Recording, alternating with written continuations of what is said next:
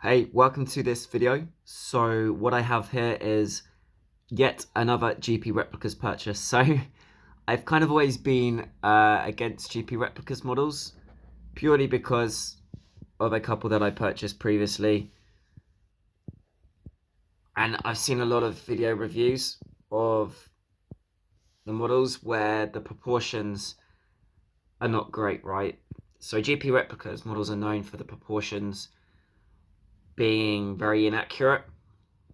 For example, on this 92 Ferrari, the F92A, as driven by Jean Alesi and Ivan Capelli in the 1992 F1 season, no one has done this model.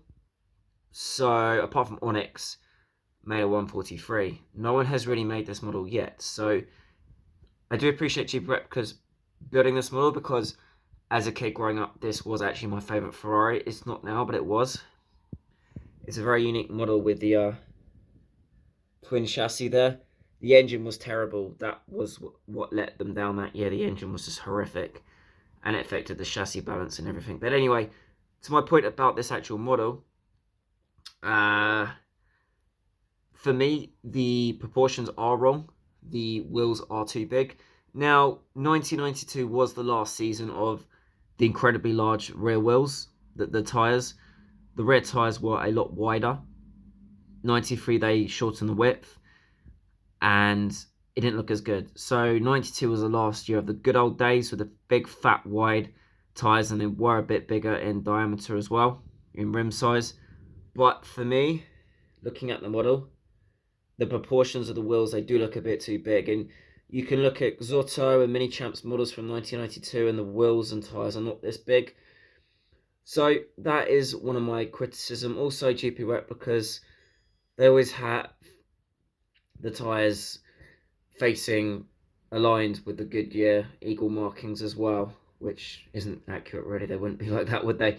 But this is my criticism of the model, and I'm going to take off the credit case and have a little show around for you of the model.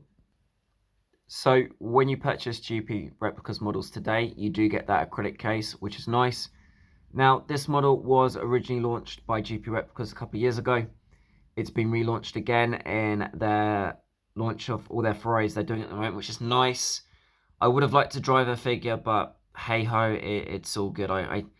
In a way, I don't mind if there's not a driver figure because the model stands out more in a sense, and they do a nice interior. But anyway, I've had to settle without it. Now, the other negative, which is a very common theme on GP Replicas 118 models, is the carbon fiber weave.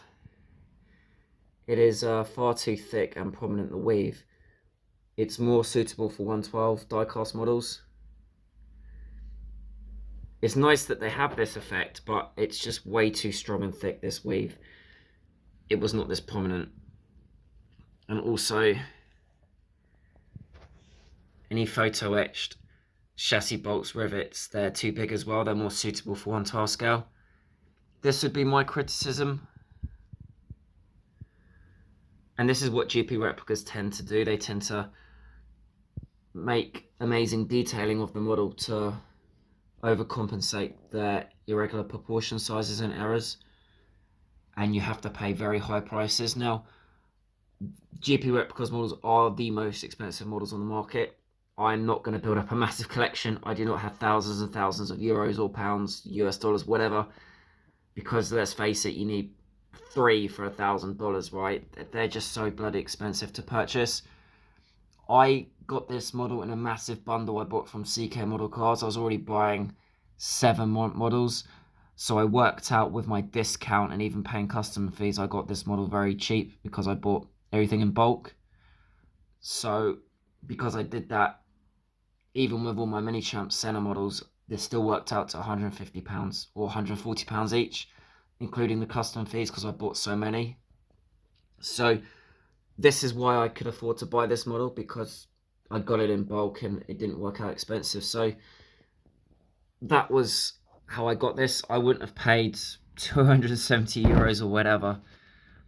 Now, the only disappointing thing was when I did apply the marble decals, there was a bit of, you can see it in that focus there from the phone, that there is a bit of black ink run, I think, on the decal, and it does show once I applied it, but that is a minor thing. It's not the end of the world. I'm not going to lose sleep over that. And GP Replicas models, the paintwork does seem a bit too shiny. I think it was Otto or Mini Champs, Spark, whoever, their paints are a lot duller, but nonetheless it is still nice to look at. So they are my negatives of the model. My positives are that someone's actually made it, because no one to my knowledge has made this model yet. Another positive is I do like how the front wings have the cutout, which GP Replicas always do on their models. It's the same on the rear wing as well.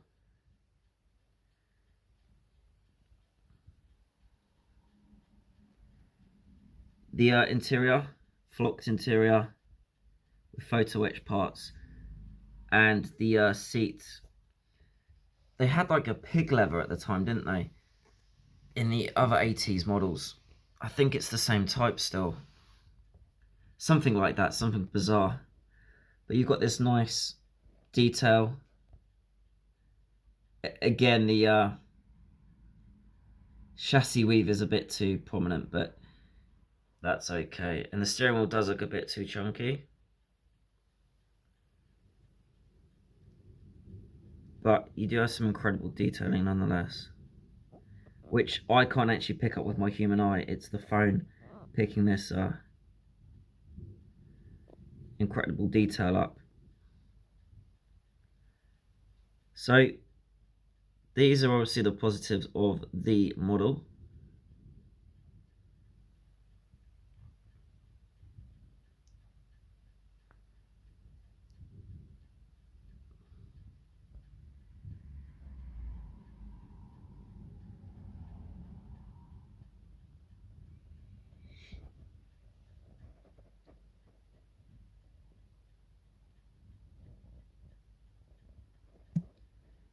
Yeah, I mean, look, that chassis weave is far too thick on the model.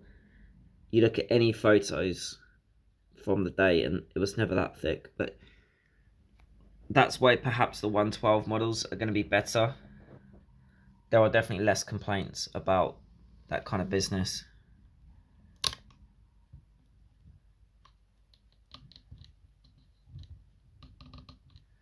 So I'm moving the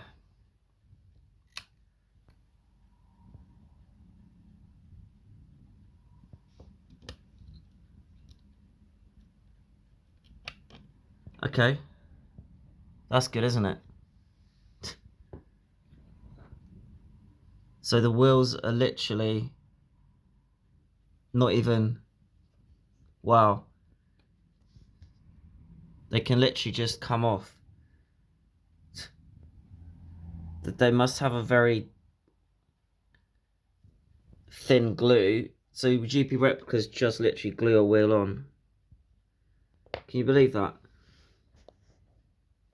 So on some of the models you can twist the wheels because they've put them all in the upright position, where the Goodyear tyre decals are just all in a line, which is just incredibly rubbish. So they must put some silly glue on there.